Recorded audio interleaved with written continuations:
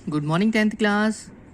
हम लोग इंग्लिश में रेजोल्यूशन जो बुक है आपकी उसका first chapter the thief story पढ़ रहे थे।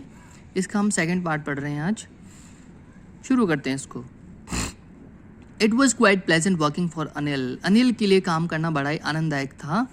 आई made the tea in the morning and then would take my time buying the day supplies. मैं सुबह चाय बनाता था और फिर सारा दिन किस में खर्च हो जाता था?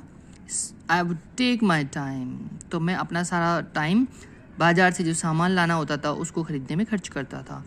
Usually making a profit of about ₹1 a day. सामान्यतया मैं सामान खरीद कर लाने में ₹1 की बचत करता था, यानी लाभ कमाता था। I think he new I made a little money this way. मुझे लगता है कि उसको शायद पता था कि इस तरह से मैं पैसा बचाता था। But he did not seem to mind, लेकिन शायद इससे उसको कोई फ़र्क नहीं पड़ता था। Anil made money by fits and starts. Anil कैसे पैसे कमाता था? अनियमित तौर पर, कभी कभी यदा कदा, कभी कमा लिया कभी नहीं कमाया। He would borrow 1 week lend the next. एक वीक तो वो पैसे उधार लेता था और अगले वीक उधार देता था। He kept worrying about his next cheque. जो चेक था उसका अगला, उसके बारे में उसको चिंता रहती थी। But as soon as it arrived, जैसे ही चेक पहुंचा, he would go out and celebrate. तो वो बाहर जाता था और फिर सेलिब्रेट करता था। It seems he rod for magazines. ऐसा लगता था कि वो शायद मैगजीन्स के लिए लिखता था। A queer way to make a living. पैसा कमाने का बहुत बड़ा ही विचित्र तरीका था, अजीब तरीका था। One evening he came home with a small bundle of notes saying he had just sold a book to a publisher. एक शाम को वो एक नोटों के छोटे बंडल के साथ गड्डी के साथ आया, ये कहते हुए कि उसने अभी थोड़े समय पहले एक पब्लिशर को प्रकाशक को अपनी एक किताब बेची है। एट नाइट आई सा हिम टक the money under the mattress. शाम को मैंने देखा कि उसने गद्दे के नीचे पैसे छिपा दिए थे। I had been working for Anil for almost a month.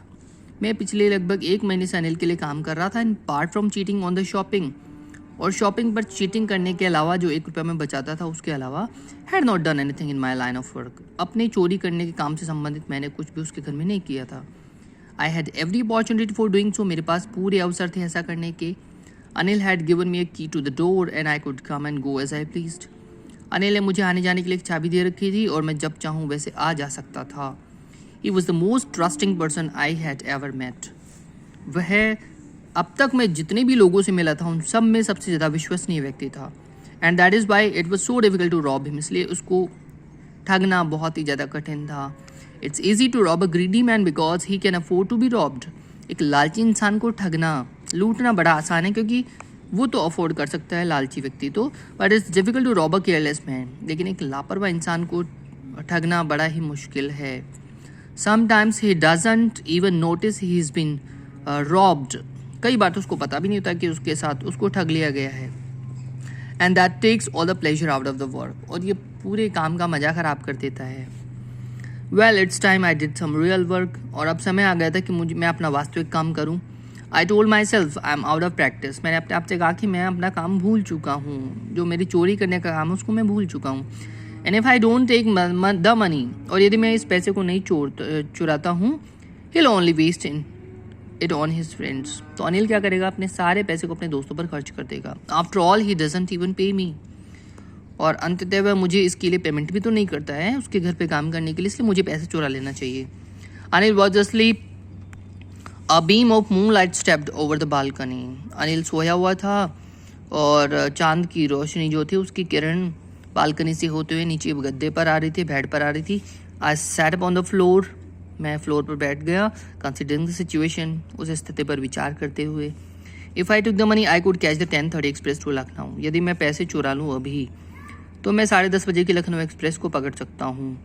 Sleeping out of the blanket I crept to the bed. और अपने ब्लैंकेट में, कंबल में से निकलते हुए मैं रेंगते हुए बिस्तर के पास गया। Anil was sleeping peacefully. Anil बिल्कुल शांति के साथ सो रहा था। His face was clear and unlined. उसका चेहरा बिल्कुल शांत था, साफ था। और अनलाइंड का मतलब होता है उस पर कोई निशान नहीं थे। Even I had more marks on my face. शायद मेरे चेहरे पर ही ज़्यादा निशान थे। दो माइन वर मोस्टली स्कार्स। हालांकि मेरे चेहरे पर जो घाव के निशान जो होते हैं वो थे। My hand slid under the mattress. मेरा हाथ मैट्रेस के नीचे फिसल कर गया। Searching for the notes. नोटों को ढूंढते हुए। When I found them I drew them out without a sound. जब मुझे नोट मिल गए गद्दे के नीचे तो मैंने उनको बिना आवाज के बाहर खींच लिया।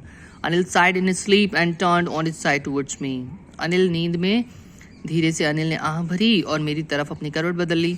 आई was startled and quickly crawled out of the room. मैं थोड़ा चौंक गया और फटाफट कमरे से रेंगता हुआ बाहर आ गया। When I was on the road, I began to run. जब मैं रोड पर आया तो मैंने भागना शुरू किया। I had the notes at my waist. मेरी कमर पर नोट रखे हुए थे, मैंने रख रखे थे कमर के पास। Held there by the string of my pajamas. मेरे पायजामाज का जो डोरी थी, नाड़ा था, उससे मैंने नोट्स बांध रखे थे। I slowed down to walk and counted the notes. मैं थोड़ा धीरे और मैंने नोट गिनना शुरू किया। 600 rupees in 50s. 50 के नोट थे, 600 रुपये थे total. I could live like an oil-rich Arab for a week or two. 1 या 2 सप्ताह के लिए मैं, जो अरब देशों के अमीर होते हैं, तेल बेचने वाले अमीर अरब देश के लोग, उनकी तरह जी सकता था। When I reached the station, I did not stop at the ticket office. जब मैं स्टेशन पहुंचा तो मैं टिकट के लिए नहीं रुका ऑफिस पर। I had never bought a ticket in my life. मैंने अपने जीवन में कभी कोई टिकट नहीं खरीदा था। But dashed straight to the platform. लेकिन मैं सीधा प्लेटफॉर्म पर पहुंच गया। The Lucknow Express was just moving out. Lucknow express अभी भी बाहर जा रही थी, जाने ही वाली थी। The train had to pick up speed. Train को अभी भी स्पीड पकड़नी थी। And I should have been able to jump into one of the carriages. और मुझे किसी भी एक डिब्बे में उछल कर बैठ जाना था। बट आई हेजिटेटेड, लेकिन मैं हिचकिचाया। For some reason I can't explain. शायद कोई कारण था जिसको मैं एक्सप्लेन नहीं कर सकता। And I lost the chance to get away. और वहाँ से भागने के मैंने सारे अवसर गवा दिए। When the train had gone I found my self standing alone on the deserted platform. और जब ट्रेन चली गई, मैंने अपने आप को प्लेटफॉर्म पर अकेला खड़ा पाया। I had no idea where to spend the night. रात कहाँ गुजारे इसका मुझे कोई अंदाज नहीं था। I had no friends, believing that friends were more trouble than help. मेरे कोई दोस्त भी नहीं थे, ये मानते हुए कि मेरे जो दोस्त होते हैं वो हेल्प से ज़्यादा परेशानी करते हैं। And I did not want to make anyone curious by staying at one of the. और मैं किसी को भी परेशान, मतलब क्यूरियस नहीं करना चाहता था, जिज्ञासु यानी संदेह उत्पन्न नहीं करना चाहता था।